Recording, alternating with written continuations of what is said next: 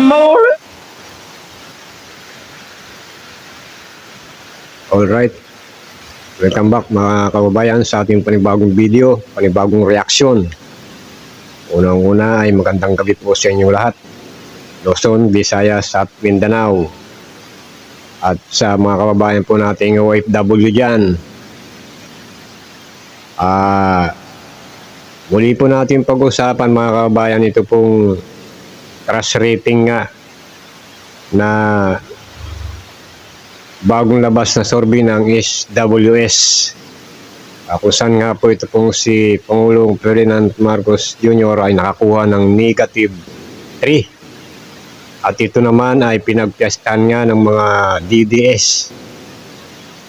Katulad na nga po nitong si Banat Bay. At ito pong si Boss Dada, mga kababayan. Insulto pa nila ni si Pangulong Bongbong Marcos, lalo na po si Banat Bay. Pero bago po natin panoorin po yung kanya pong video, ay kung hindi pa po kayo nakapag-subscribe, ay mag-subscribe po muna kayo. At huwag kalimutan i-click ang notification bell para maging updated po kayo sa ating pong mga reaction video dito lang po sa Nerds TV 51.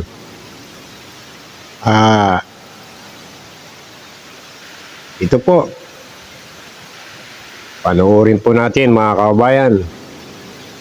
Ito pong video ni Banat Bay, kung saan nga po ay tinawag niyang animal ang ating mahal na Pangulo.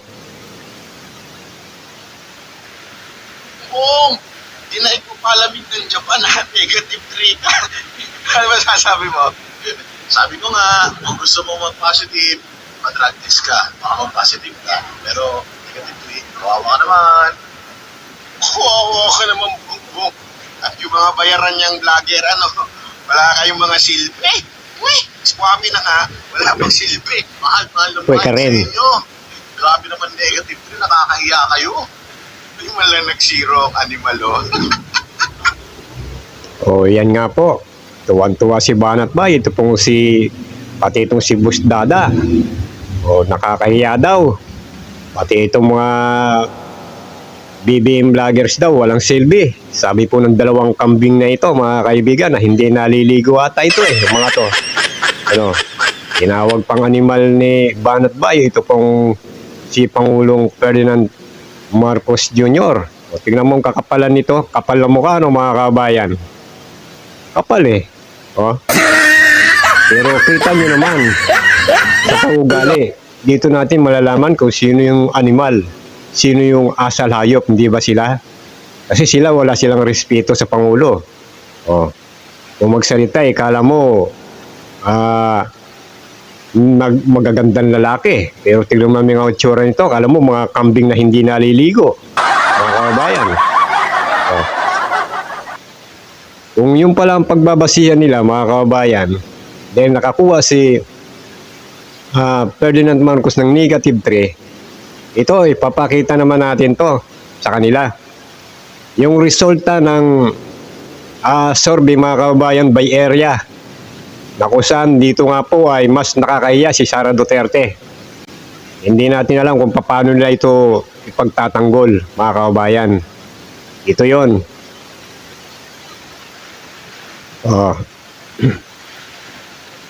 Ayan, mga kababayan. Nakalagay dito, awareness and trust rating of Sara Duterte by area, July 2024, November 2035. Ayan, by area to. Dito po sa NCR, mga kababayan, ito, noong November 25, yung trust rating ni Sara Duterte, dito nakakuha siya ng 42, match trust rating, 42. At undecided ay 18%.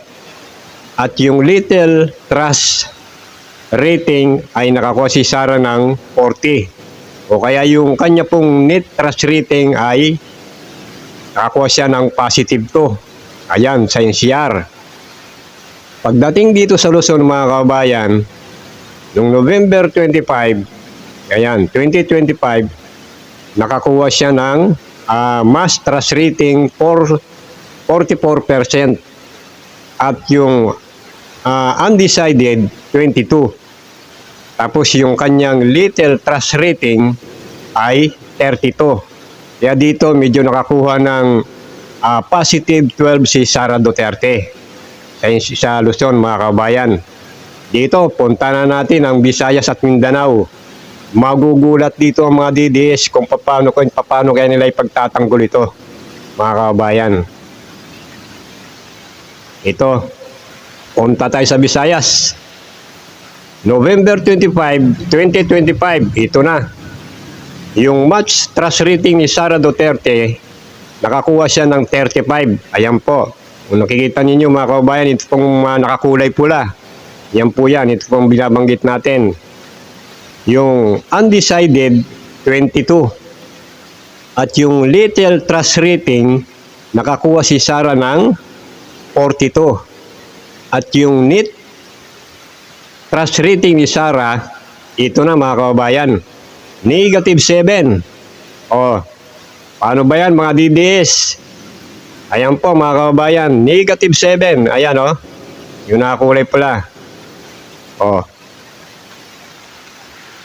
Tawa kayo ng tawa. Itong si Sara Duterte, mas matindi pala yung net trust rating nito. Negative 7. Ayan, o, mga kababayan, o. Pero mas matindi dito sa Mindanao. Ito, punta natin ang Mindanao, mga kababayan. Ito, sinasabi pa nila, baluarte daw nila. O itong Visayas at saka Mindanao. Pero dito, blagapak si Sara Duterte. O, yung match trust rating ni Sara Duterte, mga kababayan, nakakuha siya ng 20%. Ayan.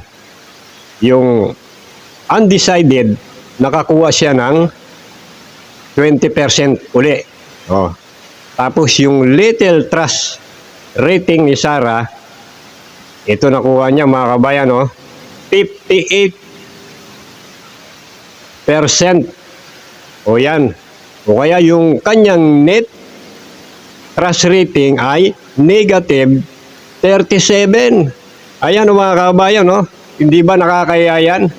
Wow. O mga DDS, ano masasabi nyo rito? Negative 37. O, tapos natawa-tawa kayo, nakakuha ng negative 3 si Bongbong Marcos, itong si Sara Duterte. O, Visayas at Mindanao, sinasabi ninyo, baluarte nila yan. O, pero dito, lagapak. Dito, katunayan na talagang sinusukan na si Duterte, mga kababayan. Ultimo, doon sa kanilang lugar. O, ang laki nito, negative 37, mga kababayan, ang nakuha ni Sara Duterte. O, paano yan, mga DDS? Banat ba? O, paano yan? O, tumawa ka ngayon. O, Boss Dada. O, ano masasabi mo dyan? Eh, kayo pala yung kupal eh. Ano, mga kababayan? Kupal pala yung dalawang kambing na ito eh. Nakakahiya kayo. Kayo ang nakakahiya. O, dapat sa inyo, tumahimik na lang kayo. Bago kayo salita ng salita, hindi nyo nakikita yung amo ninyo, matindi. Talagang isinusuka na sa Visayas at Mindanao. O yan po, mga kababayan, ang totoo. O. Kawawa kayo, ang kawawa. Mga bayaran pa naman kayo. Sayang yung binabayad sa inyo ng mga Duterte. O. Kawawa naman yung boss mo. Kawawa naman si Sara dito. Sinusukan na ng Visayas at Mindanao. Negative 7 ang kanyang nakuhang net trust rating sa Visayas. At dito sa Mindanao, ayan negative 37.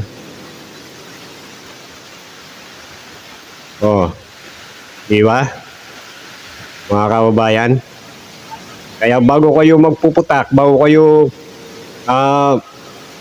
tawanan ng presidente dahil nakakuha ng negative 3, tignan nyo muna ito. O yan, O, survey yan, mga kababayan. Hindi po ito pinakita ng